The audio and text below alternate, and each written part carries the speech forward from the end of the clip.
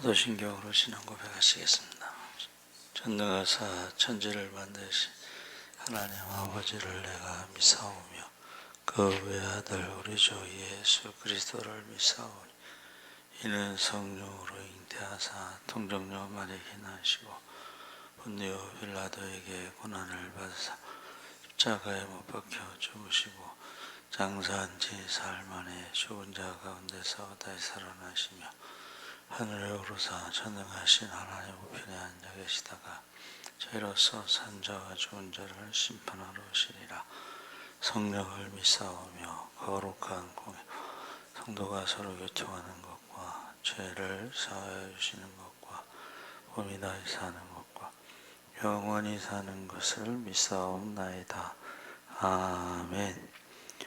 찬송가 259장 찬송하시겠습니다.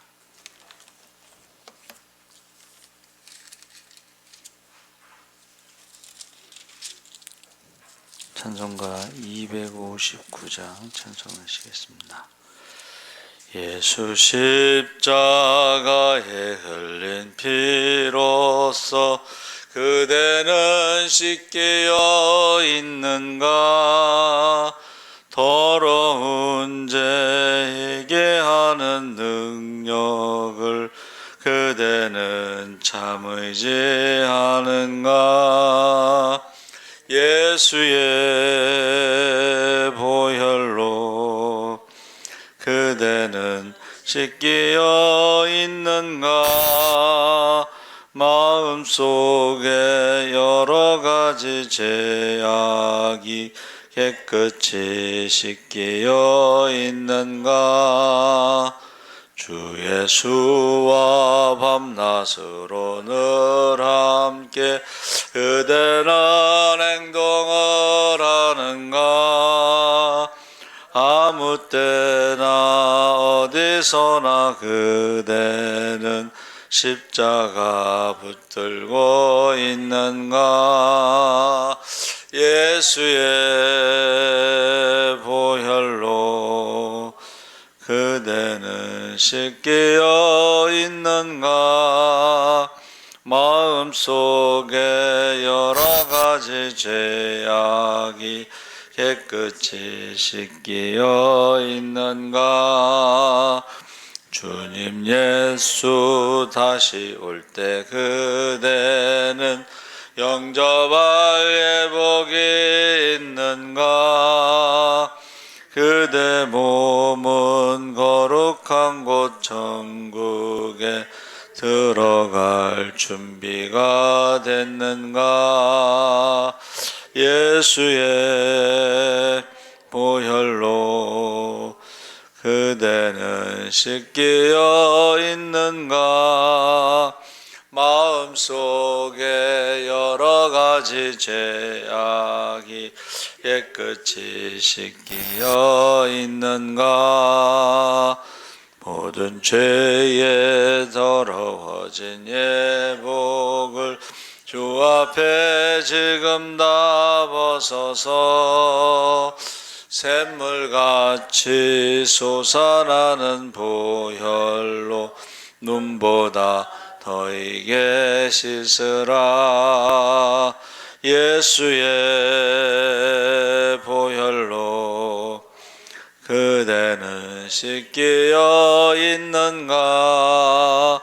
마음속에 여러 가지 죄악이 깨끗이 씻기어 있는가? 아멘. 하나님 말씀은 창세기 50장 20절에서 26절까지 교독하겠습니다. 구약 성경 80쪽에 있습니다.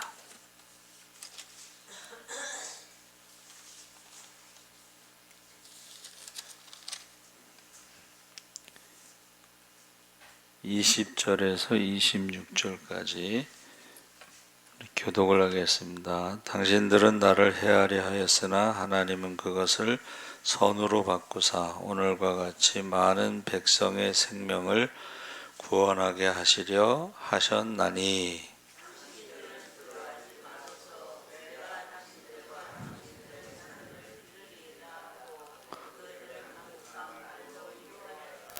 요셉이 그의 아버지의 가족과 함께 애굽에 거주하여 110세를 살며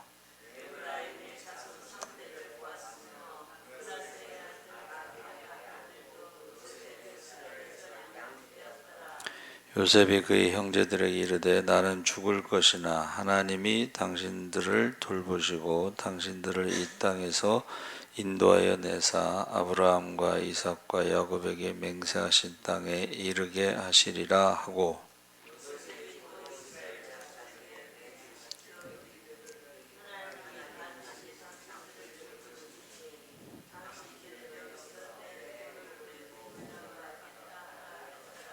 함께 읽겠습니다. 요셉이 110세의 죽음에 그들이 그의 몸에 향제를 넣고 애굽에서 입간하였더라.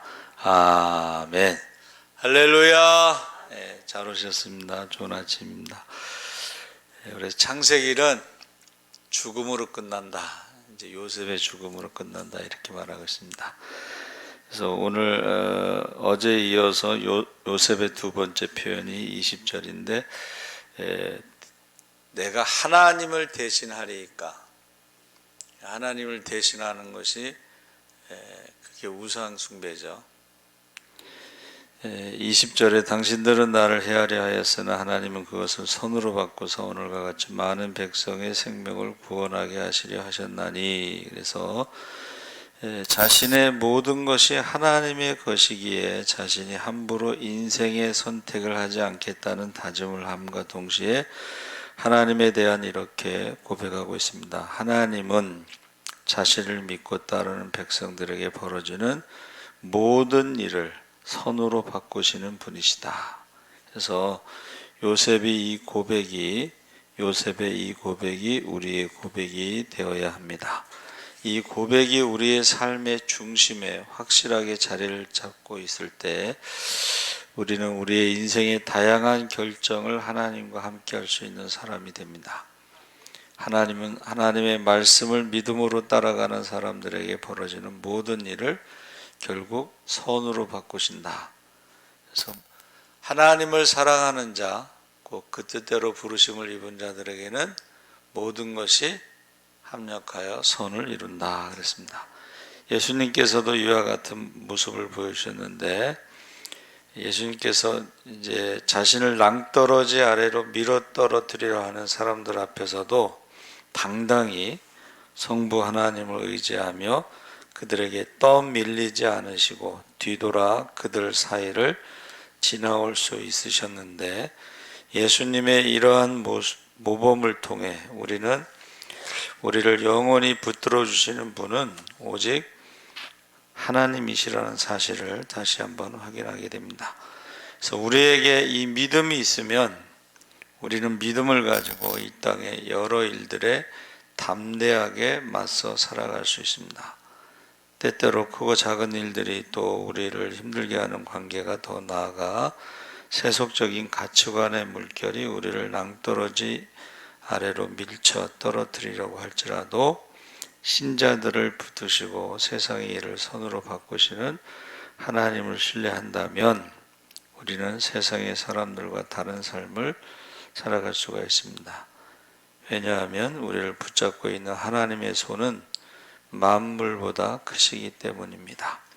그래서 두려워하지 말라. 세상에 있는 자들이 세상의 임금 그들보다 하나님께서 더 크시다라는 말씀을 주신 적이 있어요. 그러니까 우리가 세상에 우리를 힘들게 하는 것들이 많이 있지만은 그것보다 하나님께서 더 크시다는 그런 말씀이 있습니다. 그래서 사도 바울이 마음의 선고를 받고 살 소망이 끊어질 때에 자기를 의지하지 않고 하나님을 의지하게 하셨다. 그리고 너는 가만히 서서 하나님이 너를 구원하시는 것을 보라. 이렇게 말씀하셨거든요. 그러니까 지금 요셉이 고백하는 게 용서에 대해서 첫째는 하나님을 대신하지 않는다. 두 번째 그 형들이 자기를 죽이려고 했던 모든 것들이 하나님께서 나를 붙잡고 계셔서 선으로 바꾸신다는 거예요. 요셉의 신앙 고백이 우리의 신앙 고백이 되기를 바랍니다. 아멘. 그래서 그 손을 영원한 생명의 손, 당신들은 두려워하지 마소서. 21절에 내가 당신들과 당신들의 자녀를 기르리이다 하고 그들을 간곡한 말로 위로하였더라. 그러니까 형들이 사람을 보내서 야곱이 죽기 전에 이런 말을 했습니다. 또 직접 와서 엎드려서 우린 종입니다. 이런 행동이 다 두려워서 그렇게 하는 거거든요. 다시 말하면 요셉의 그 용서를 믿지 못하기 때문에, 그러니까 하나님이 우리를 용서하시고 사랑하셨다는 것을 믿지 못하기 때문에 우리가 두려워서 그런 말을 하는 것입니다. 우리가 하나님은 영접하는 자, 그 이름을 믿는 자들에게 자녀가 되는 권세를 주신다고 그랬지, 다시는 종의 영을 받지 않고 양자의 영을 받았다. 그래서 이 두려워하는 마음은 하나님이 주시는 마음이 아니고 마귀가 주는 마음이다 그랬거든요. 하나님은 두려워하는 마음을 주시지 않고 사랑하는 마음, 근신하는 마음, 이런 절제하는 마음을 주신다 그랬습니다. 그래서 예수 믿는 사람들이 좀 그러니까 성령 받은 사람들의 특징이 담대함이죠. 그러니까 예수를 십자가에 죽인 사람들이 지금 시퍼렇게 눈을 뜨고 살아 있잖아요. 그런데 나가서 부활의 증인으로 외친다는 것은, 그것은 두려움이 없고 담대하다는 것입니다. 그래서 이스라엘에서도 그 노방전도 하는 사람이 있다고 그랬죠. 이스라엘에도 성소공예가 있습니다. 근데 그 사람들이 노방전도 하다가 테러를 당하는 경우도 많아요.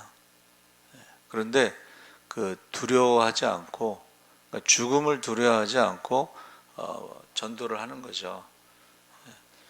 실제로 이제 중국에서 선교사님이 테러를 당했어요. 그래서 한국에 와서 치료를 받았는데 또 갔어요. 또 죽을 수도 있는데 또 간 거예요. 사실은 지금 코로나나 그 지진, 네팔 지진이나 이럴 때 철수하라고 그랬거든요. 네팔 지진에 철수하라. 근데 선교사들이 철수하지 않았습니다. 철수하지 않고 그들을 도왔어요.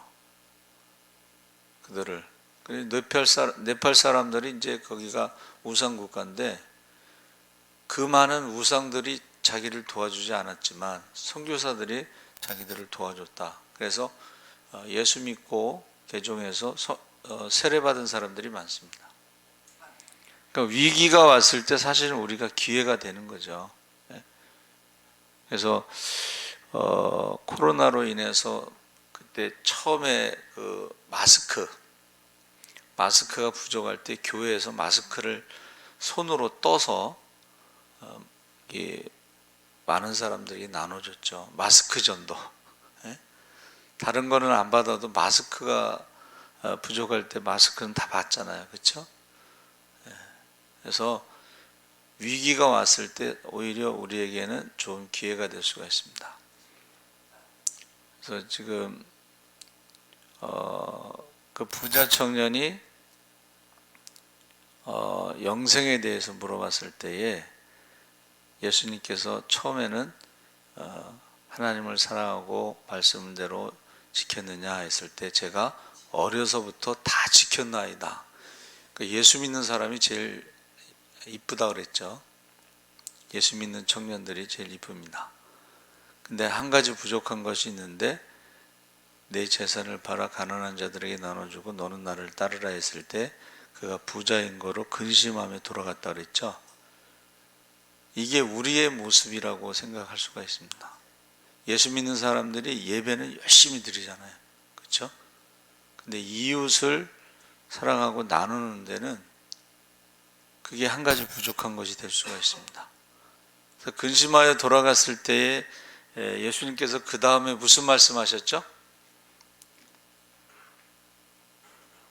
부자가 하나님 나라에 들어가는 것보다 낙타가 바늘귀로 들어가는 것이 더 쉽다. 제자들이 놀래가지고 그럼 누가 구원을 받겠습니까? 그래서 저는 이제 그 말씀을 묵상하면서 제자들이 부자인가 보다. 여러분, 제자들이 가난한 사람들이 아니고 부자예요. 왜? 배를 가지고 있었잖아요. 배. 예? 배를 가지고 있으면 부자입니다. 그렇죠? 근데 그 배와 그물을 버려두고 즉시 주님을 따른 사람들이 제자들이거든요. 그러니까 베드로가 그 부자 청년이 돌아간 다음에 뭐라 그랬어요? 주여, 우리는 모든 것을 버리고 주님을 따랐나이다. 우리는 어떤 상을 받을까? 근데 주님께서 이 땅에서 100배의 상을 받고 영생을 얻지 못할 자가 없다. 자, 100배의 축복과 영생이 있고 그러나 핍박도 함께 받을 것이다 라고 말씀하셨어요. 지금 우리 기독교인들에 대해서 한 가지 부족한 게 뭐예요? 이웃을 사랑하는, 말과 혀로만 사랑하지 말고 행함과 진실함으로 사랑해야 된다. 그래서 제가 다른 헌금 얘기는 안 하는데 꼭 선교 헌금은 꼭 해야 됩니다. 왜냐하면 선교 헌금을 하지 않아서 지금 코로나 때 이제 교회가 어려우니까 선교 헌금을 못 하니까 돌아온 사람들이 많아요. 특히 그 예수전도단은 자비량 선교이기 때문에 교단에서 지원하는 게 아니고 개인적으로 선교비를 보내는데 선교비 안 보내면 그 사람들이 돌아와야 됩니다. 그래서 저와 여러분이 이 두려워한다는 게 뭐예요? 하나님을 믿지 못하기 때문에, 요셉의 그 용서를 믿지 못하기 때문에 그렇게 말한 것이죠. 그래서 형들과 형들의 자녀들을 기른다라는 말은 생활에 책임져 주겠다, 보호하겠다, 뭐 그런 의미가 되겠죠. 그러니까 용서와 동시에 모든 것을 책임지겠다는 뜻이에요. 그래서 돌아온 그 둘째 아들이 돌아왔을 때에 용서만 해주신 게 아니고 옷을 입히고 금가락지를 끼운 것은 자녀의 그 권리를 다시 회복시켜 주는 거예요. 죽었던 아들이 살아서 돌아왔다 그래서 우리가 죄를 짓고 하나님께로 돌아왔을 때 하나님께서 그냥 적당히 용서해 주시고 그 뒤로는 계속 하나님의 눈칫밥, 신앙생활 하면서도 이 눈칫밥 먹으면서 신앙생활하는 사람이 있는데 그러지 말고 너희가 무엇이든지 주의 이름으로 구하라, 그리하면 행하리라. 할렐루야. 자녀의 권세를 가지고 종처럼 눈칫밥, 두려움, 그렇게 신앙생활하지 않는 게 좋겠다는 거예요. 당당하게 약속하신 대로 말씀하신, 하나님을 사랑하고 말씀에 순종하는 자에게 성경에 나오는 모든 은사와 능력과 축복을 주실 줄 믿습니다. 천국은 침노하는 자의 것이니까. 그렇죠? 천국은 침노하는 자의 것. 그래서 돌파기도도 마찬가지. 영적 기상도가 바뀌는 것도 자꾸 선포하는 거예요. 주의 이름으로 선포하는 거예요. 주의 이름으로 선포하시기 바랍니다. 그래서 가정에 대해서, 자녀에 대해서, 교회에 대해서, 나라에 대해서도 계속 선포하는 거예요. 이에 대해서 이사야 1장 18절에 여호와께서 말씀하시되 오라, 우리가 서로 변론하자. 너희 죄가 주홍 같을지라도 눈과 같이 희어질 것이요 진홍같이 붉을지라도 양털같이 희게 되리라. 그래서 하나님께서는 하나님과의 관계를 두려워하는 사람들에게 나와서 이야기하자. 내 용서는 완벽한 용서고 내 사랑은 완벽한 사랑이다. 여러 가지 모양으로 확인시켜 주시고 하나님의 마음을 닮은 마음이 오늘 본문에 나타난 요셉의 마음이다 그랬습니다. 그래서 요셉은 구약의 예수님의 모형이라는 거예요. 모형. 그가 고난을 통해서 애굽의 총리가 돼서 많은 사람을 살릴 수 있었죠. 그게 메시아의 모형이에요. 메시아의 모형. 그래서 요셉이 용서하는 것이 바로 회개하면 예수님께서 우리를 용서하심과 같이 그런 메시아의 모형입니다. 요셉의 죽음과 약속의 성취에 대해서 22절 23절에 나올 때 요셉이 그의 아버지의 가족과 함께 애굽에 거주하여 110세를 살며 에브라임의 자손 3대를 보았으며 므낫세 아들 마길의 아들들도 요셉의 스라에서 양육되었더라. 에브라임이 나오는 게 이 장자권이 에브라임에 있기 때문에 그렇습니다. 요셉이 자신의 형들에게 한 약속을 신실하게 지켜주었고 하나님께서도 우리들을 향해서 하신 약속, 영원한 생명이라는 약속을 반드시 지켜주시는 분이십니다. 하나님으로부터 큰 은혜를 받은 요셉이 많은 이들의 생명을 구원하였고 애굽이라는 나라의 총리까지 오르게 되었는데 결국 죽을 수밖에 없는 연약한 존재다. 그래서 아브라함이 그러하였듯 이삭이 그러하였듯 자신의 아버지 야곱이 그러하였듯 죽음 앞에서는 애굽의 총리도 아무것도 할 수 없습니다. 하나님께서 주신 영원한 생명에 대한 약속은 믿음으로, 한번 따라해보세요. 믿음으로. 지금 애굽에서 총리했지만은 그는 하나님이 약속하신 가나안 땅에 묻어달라는 게 그게 마지막 유언이잖아요. 그렇죠? 그러니까 우리는 믿음으로 가나안 땅에 들어가는 것이지 애굽의 총리이기 때문에 들어가는 게 아닙니다.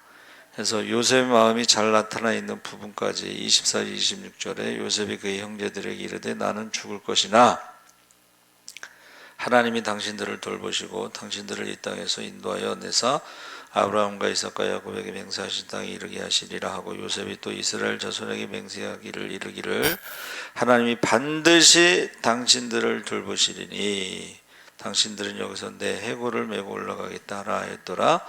요셉이 110세의 죽음에 그들이 그의 몸에 향제를 놓고 애굽에서 입관하였더라. 여러분, 애굽에서 입관했지만은 가나안 땅에 묻히는 것이 요셉의 마지막 믿음이죠. 저와 여러분이 이 땅에서 육신은 이 땅에서 묻힙니다. 그렇죠?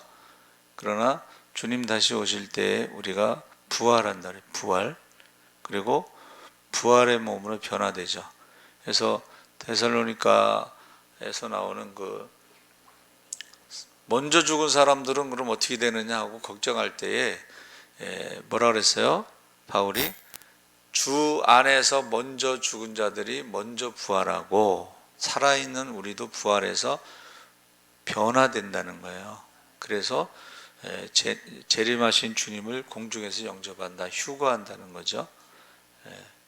그러니까 우리가 이 땅에서 묻힌 죽음으로 끝나는 것은 세상 사람들의 기준이고 우리는 부활, 변화, 휴거, 다시 오시는 주님을 만날 준비를 하시기 바랍니다. 아멘. 그래서 여러분, 하나님 나라에 대한 소망을 가지고 사는 사람과 죽음은 끝난다고 생각하는 사람과 좀 다르죠.